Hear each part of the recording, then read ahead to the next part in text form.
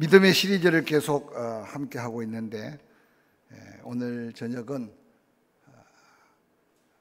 한 사람 한 사람 믿음이 한 가정을 이루고 그 가정의 믿음으로 하나님이 예비하시긴 했지만 정말 놀라운 새 역사를 쓰게 된 한 사건을 소개하면서 은혜를 받으려고 합니다. 한 요양소 그늘진 곳에 앉아서 자신의 처지를 원망하고 낙담하며 우울증 직전에 한 사람이 있었습니다. 그는 뇌수술을 받다가 의사의 작은 실수로 그만 정신적 장애를 입고 맙니다. 갑자기 닥쳐온 절망감에 하나님께만 원망하는 게 아니고 모든 것이 원망의 대상이 되어버렸습니다. 특별히 하나님 앞에 왜 하나님 나에게 이런 시련을 주십니까? 그러고 탄식하는 게 하루의 시작이고 하루의 끝이라고 해도 지나치지 않을 겁니다. 아무것도 할 수 없다고 생각하는 자신의 삶에 다가온 것은 절망의 고통이고 죽음의 기로에 늘 서 있는 방황하는 모습이었습니다. 그렇게 하루하루를 보낸 어느 날, 다른 날과 동일하게 벤치에 앉아서 자기의 처지를 비관하고 있는데 자기 앞에 한 아이가 눈에 띕니다. 근데 놀랍게도 그 아이도 어린 아이인데 자기하고 똑같은 상황에 있는 아이였습니다. 그 아이를 바라보는 순간 마음이 흔들리기 시작했고 그 아이를 가까이 불러서 머리를 쓰다듬어 주고 안아주고 그래서 그를 불쌍히 여기는 마음을 갖고 그 아이를 대해줬는데 그때 갑자기 자기 품에 잠깐 안겼던 아이가 울음을 터뜨립니다. 나중에 한 사실이지만 한 번도 따뜻한 사랑을 바라보지 못한 아이가 친절한 사랑의 손길과 마음을 전해받고는 눈물을 쏟아낸 거죠. 감동에 젖어서 울고 있는 아이를 바라보면서 원망 속에 살던 이 가슴 속에 거룩한 생각이 꿈틀거리기 시작한 거예요. 아니, 나도 뭔가 할 수 있는 일이 있구나. 그 후로 그는 상처 입은 어린 아이들을 돌보는 아동 심리학자가 되기를 꿈을 꾸고 대학 문을 두드리고 하루에 3시간 이상 잠을 자지 않고 자신이 뇌수술을 받고 장애를 입은 지 14년 만에 석사 학위를 받고 상처 입은 아이들을 치유하는 일에 여생을 보냈던 팻 노드버그라는 사람의 한 감동스러운 이야기를 제가 글로 보았습니다. 오늘 우리 주변에 나만 힘들고 어려운 게 아니라 조금만 여유 있는 마음을 가지고 주변을 살펴보면 내가 또한 누군가를 위로하고 내가 또한 누군가를 살릴 수 있다는 거룩한 사명적 은혜를 깨달을 수 있을 것입니다.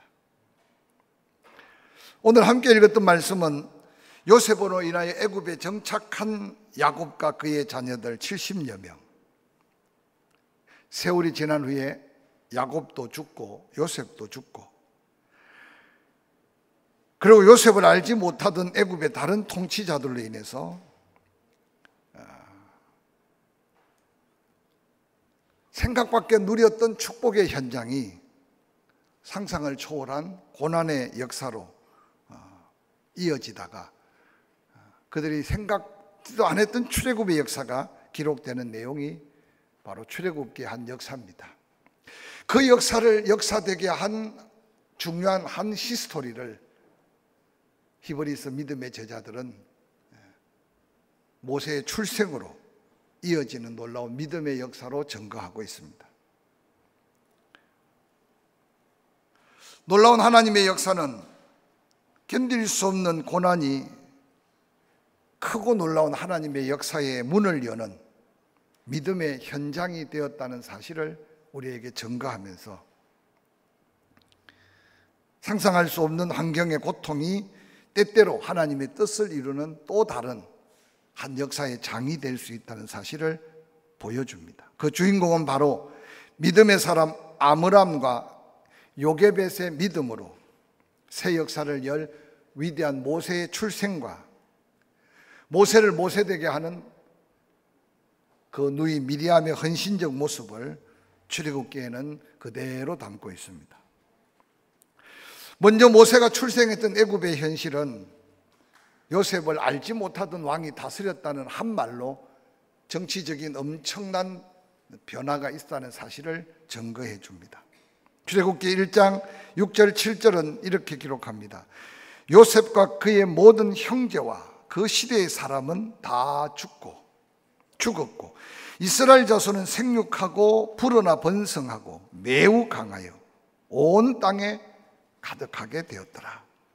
요셉을 알지 못하는 새 왕이 일어나 애굽을 다스렸다라고 기록합니다. 여호와 하나님이 함께하여 형통한 자의 복을 누렸던 요셉, 그 요셉으로 인하여 야곱과 그의 가족 70여 명은 오늘날로 말하면 이민을 오게 된 거죠.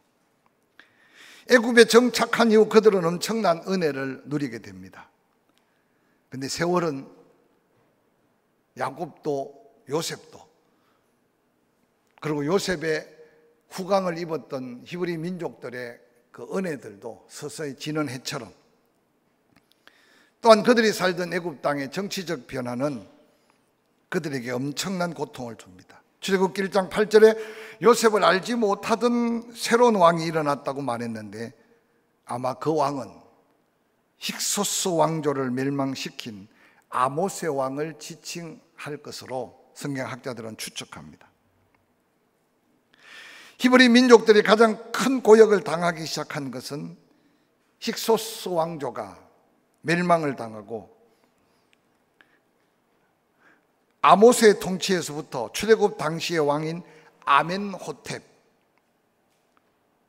그래서 약 138년간의 엄청난 고통의 역사일 것으로 추측하고 있습니다.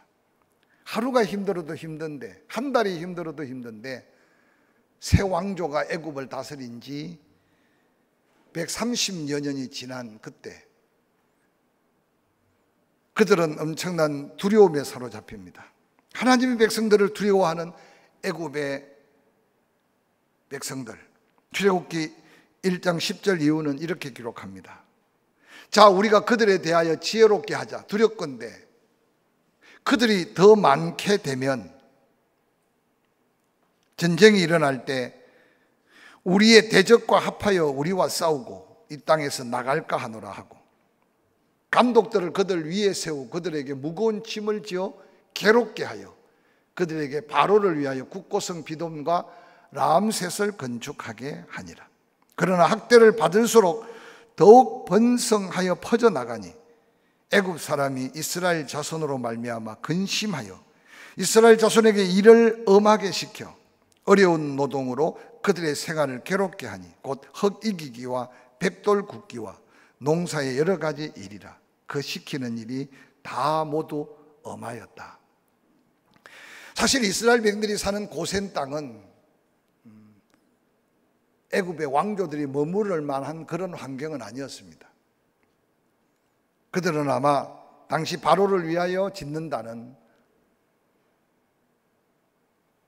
바로의 왕궁, 국고성 비돔 람셋, 지금도 고센 땅에 보면 그 당시 이스라엘 백성들이 피땀을 흘리며 고역에 시달렸던 그 현장이 고스란히 발굴되어서 현장에 말없는 비석들, 수없는 우상들, 그 엄청난 하강한 덩어리들. 그런데 그것을 돌아보다 보면 한쪽에 성벽을 쌓은 흔적이 나오는데 그게 지금도 약 4,5천 년 전에 이스라엘 백성들이 피땀으로 아마 만들었던 진흙 벽돌이 그곳에 한 벽에 발굴되어 나뒹굴고 있습니다. 하나님의 백성들에게 은혜는 고난이 더하고 학대를 받을수록 더욱 번성하고 창성했다. 애굽 사람들이 볼 때 문화 하나, 피 하나, 언어 하나 섞이지 않는 이 히브리 민족 약 200만이 된 그들이 정권을 찬탈한 민족으로서 두려움의 대상이 되었습니다.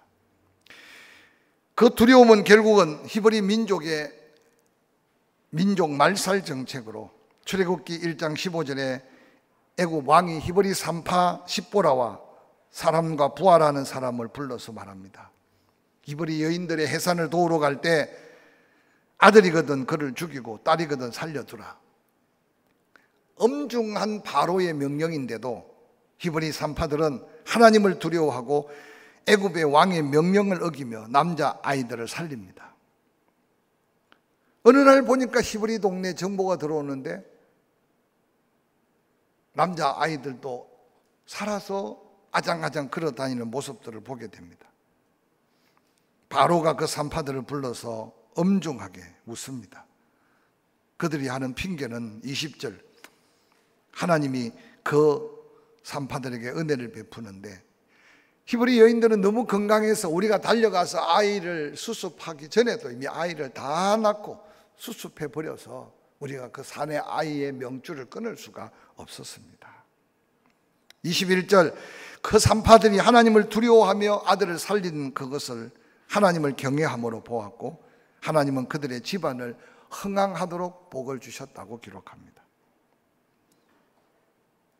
그때 바로가 그 모든 백성들에게 또 다른 명령을 내리는데 이제는 아들이 태어나면 그를 나일강에 던지고 딸이면 살려두라는 이 엄중한 명령.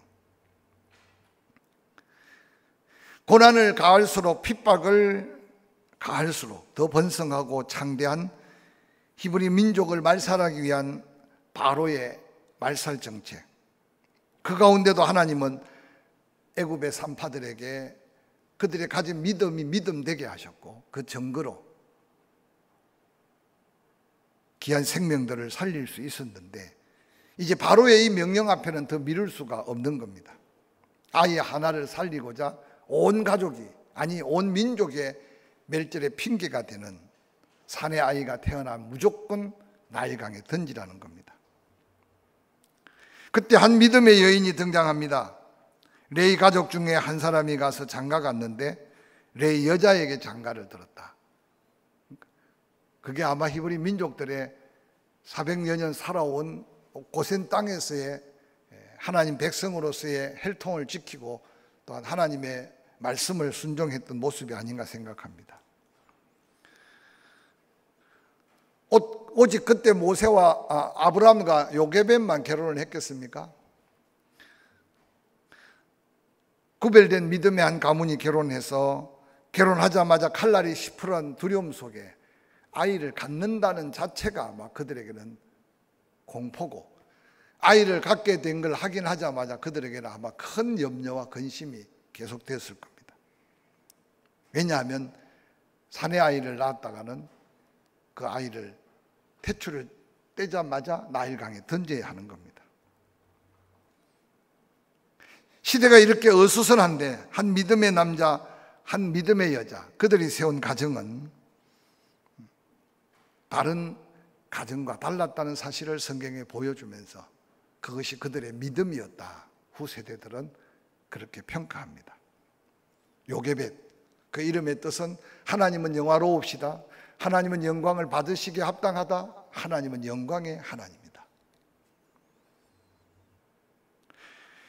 출애굽기 2장 2절은 이렇게 기록합니다. 여자가 임신하여 아들을 낳았다. 그 잘생긴 것을 보고 석 달 동안 그를 숨겼다. 아이를 낳자마자 아들인데 얼마나 아므람과 요게벳의 마음에는 갈등이 심했겠습니까? 세상의 여러 가지 상황을 따르면 그 아이를 나일강에 던져야 합니다. 그런데 그 아이를 나일강에 던질 수가 없었던 거룩한 부담. 부모로서 키울 수 있는 제한의 순간이 아마 석 달이 아니었나. 아이의 목소리는 커지고 그 아이를 더 이상 숨길 수가 없는 상황. 저는 이 말씀을 묵상하다가 아므람과 요게벳 또 믿음이 좋았지만 아마 할 수 있으면 하나님 딸을 잉태케 하셔서 이 시대의 고난을 비껴가게 해달라고 기도하지 않았을까 생각해 볼 수 있습니다. 그런데 낳아 보니까 아들이에요. 나일강에는 아마 수많은 악한 어종들과 짐승들이 아이만 던지면 그 아이를 먹기 위해서 이미 피맛을 본 수많은 악어떼들이 우글거리고 있지 않았을까 생각해 보시기 바랍니다. 그러나 모세, 생사가 달린 한 역사의 장면에 그 부모들의 믿음을 소개합니다. 아들을 낳아 그가 잘생긴 것을 보고 죽이지 못하고 살렸다는 거죠. 여기 잘생겼다라는 히브리 원문은 키토브라는 말인데 범상치 않다, 예사롭지 않다, 단순한 외형적인 아름다움이 아니라 그 아이의 뭔가 특별한 하나님의 섭리 있음을 믿음의 부모들은 깨닫게 되었다는 거죠. 사느냐 죽느냐, 아이를 살리면 온 가족이 죽어야 하는 당시의 위기 속에 아므람과 요게벳은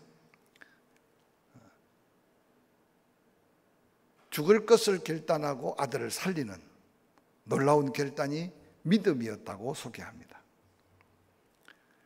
히브리서 11장 23절은 이렇게 정리했습니다. 믿음의 후손들이 모세의 어머니 아버지를 바라보며 그들의 믿음은 모세가 낳았을 때 믿음으로 그 아이가 아름다운 아이임을 보고 석 달 동안 숨겨 왕의 명령을 무서워하지 아니했다. 모두가 두려움에 사로잡혀 있었으나 새 역사의 장을 연 믿음의 주인공 아므람과 요게벳은 그 왕의 엄중한 명령 앞에 두려워하지 아니했다는 이 말은 그들이 가졌던 하나님을 바라본 믿음이었습니다. 바로의 살벌한 명령에 자신의 목숨이 걸려 있지만 죽음을 두려워하지 않고 죽여야 될 아이를 살리고 있는 그들의 믿음. 성경은 종종 두려워하지 말라, 놀라지 말라, 근심, 걱정, 염려하지 말라 끊임없이 말하는데 하지 말란다고 안 할 수 있는 게 아니고 하지 말라고 하는 것은 자연스러워 하게 된 것을 하지 말라 그래요. 그런데 놀랍게도 믿음은 하나님의 말씀이 우리의 삶에 그대로 기적이 되고 믿음은 하나님의 약속이 그대로 현실이 되고 믿음은 보이지 않느나 그 믿음으로 하나님의 약속을 받을 때 실상이 되는 오늘 그 믿음을 증거하고 있습니다. 시편 저자는 이렇게 노래합니다. 시편 27편 1절에 여호와는 나의 빛이요 나의 구원이시니 내가 누구를 두려워하리요. 여호와는 내 생명의 능력이시니 내가 누구를 무서워하리요.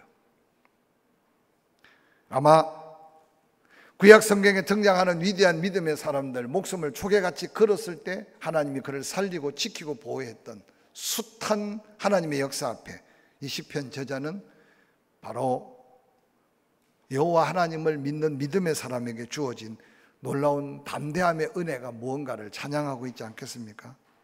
하나님이 나의 구원자인데 내가 누구를 두려워하고 여호와는 내 생명의 능력인데 내가 누구를 무서워하겠느냐. 오늘 저는 여름 성경학교를 준비한 우리 초등부 어린이들 가슴 속에도 바로의 그 엄중한 명령, 죽여야 사는데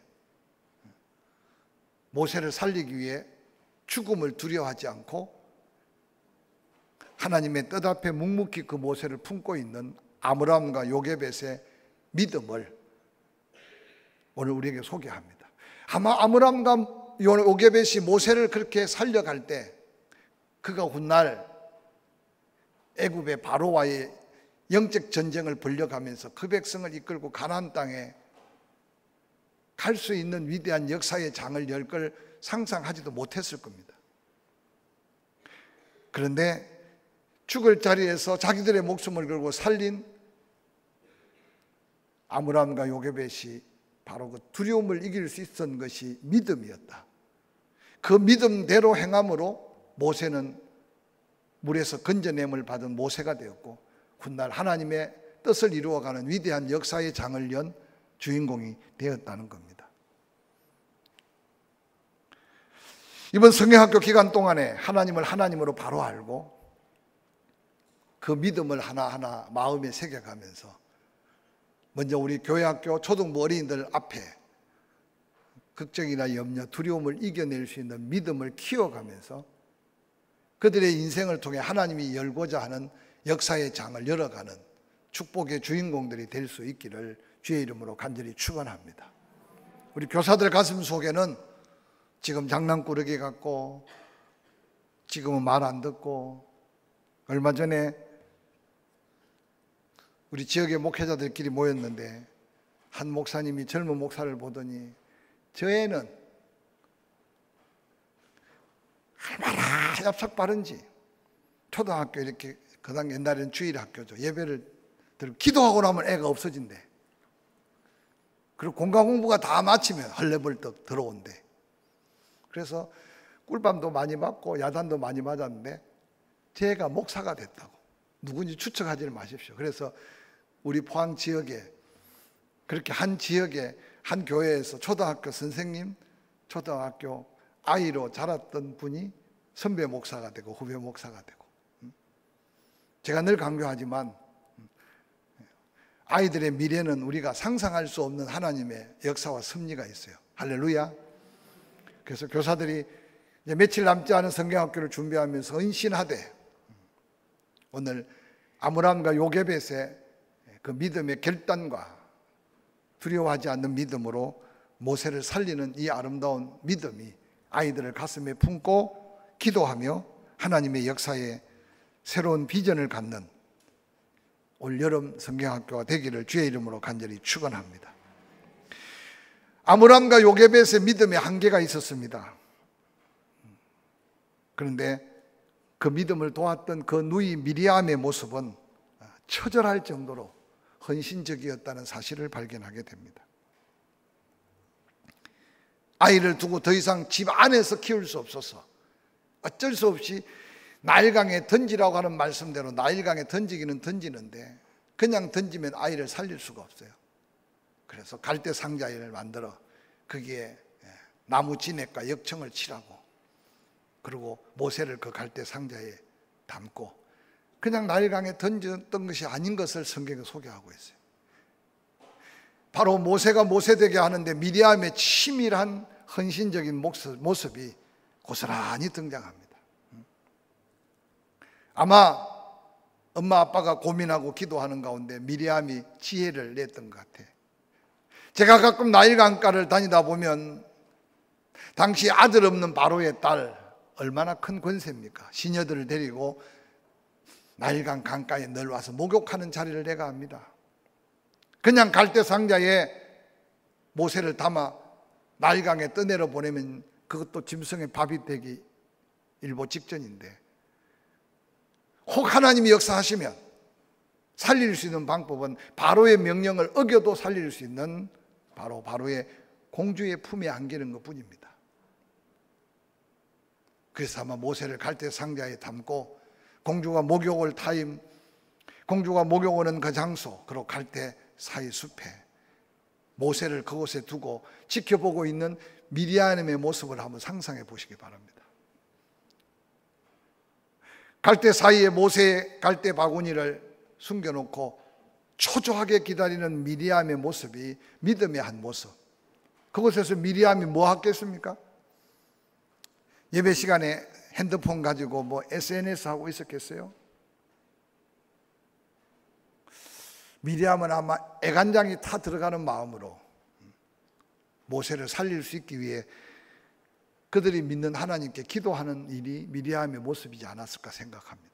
미리암이 생각했던 그때를 때되게 하신 하나님이 바로의 공주를 그곳에서 다시 보게 하고 아이 울음소리에 깜짝 놀란 그 시녀들이 모세를 데리다가 바로의 공주에게 보여줄 때 성경에 보니까 히브리 아이라는 걸 알았어요. 그 가운데 하나님의 선한 역사가 없었다면 아마 바로의 공주도 히브리의 아이, 사내 아이, 당연히 나일강에 빠져 죽어야 되는 게 그의 운명인데 그 자리에 아마 나일강에 던졌을 수도 있어요. 잠시 모세를 붙들고 번민하는 공주 앞에 미리암은 달려가서 그렇게 지혜롭게 말하지 않습니까? 어린아이인데, 생명인데, 그가 보니까 히브리 아이 같은데 공주 마마가 명령만 하시면 그 아이를 젖먹이고 키울 보모를 내가 소개할 수 있습니다. 생명 앞에 어쩔 줄 몰라는 공주가 미리암의 지혜로운 말을 듣고 그런 사람이 있으면 데려와 봐라. 그때 바로 자기 어머니 요게벳을, 히브리 여인 중에 여인이요 모세를 낳은 어머니, 지금 저 집 울어서 어쩔 줄 모르는데 그 요게벳을 소개합니다. 성경은 참 재미있는 게 요게벳은 자기 낳은 아이를 젖먹인 싹을 받고 아이를 키운 어머니는 아마 이 세상에 요게벳밖에 없을 겁니다. 당시에 유모에게 아이를 맡길 때는 보통 4년에서 6년 정도. 모세는 그렇게 태어나자마자 미리암의 지혜로운 믿음의 섬김, 자기 목숨을 건 헌신적 결단이 모세를 구할 뿐만 아니라 모세가 그 어머니 품에서 젖만 먹은 게 아니라 하나님의 말씀을 배우고 히브리 정신을 갖고, 그리고 그가 40세가 될 때까지 히브리 교육을 받았으나 어머니 품에서 들었던 말씀, 어머니 품에서 배운 하나님의 마음을 결국은 민족적 지도자로 거듭나는 역사가 성경에 기록되고 있습니다. 사랑하는 교사들이요, 때로는 힘들고 때로는 짜증스러울 수 있을 겁니다. 이번에 여름 성경학교를 준비하면서 미리암의 믿음의 지혜를 사모하고 또 미리암의 아름다운 때에 맞는 헌신과 봉사로 하나님을 감동시키고 또한 어린 영혼들을 가슴 속에 아름다운 추억을 새겨가면서 잊지 못할 은혜가 강주리째 하나님께 영광을 드러내는 모세의 건진받은 기적을 함께 누려가기를 주의 이름으로 간절히 축원합니다. 말씀을 마무리하려고 합니다. 이전보다 요즘 가면 갈수록 세상 살기가 그렇게 넉넉하지 않습니다. 그리고 미래에 대해서 불투명함은 단순한 소망을 갈 수 없는 세상입니다. 옛날에는 한 번 직장이 평생 직장이라고 했어요. 그런데 오늘날은 그렇게 오랜 시간이 지난 않았는데 지금 내가 몸담고 있는 직장이 나의 평생을 책임질 수 없는 사회 구조 속에 삽니다. 다시 한번 두려워하지 않는 믿음, 또한 나 자신을 불태우며 살릴 수 있는 하나님의 섭리 앞에서 더 거룩하고 더 영광스러운 하나님의 일에 사명을 다시 찾는 자가 남은 생애 최고의 행복자가 아닐까 생각해 봅니다. 아브람과 요게벳, 또한 모세의 누이 미리암의 아름다운 믿음의 모습들이 우리의 삶에 새로운 믿음의 역사를 이루어가며 도전이 되기를 주의 이름으로 간절히 축원합니다.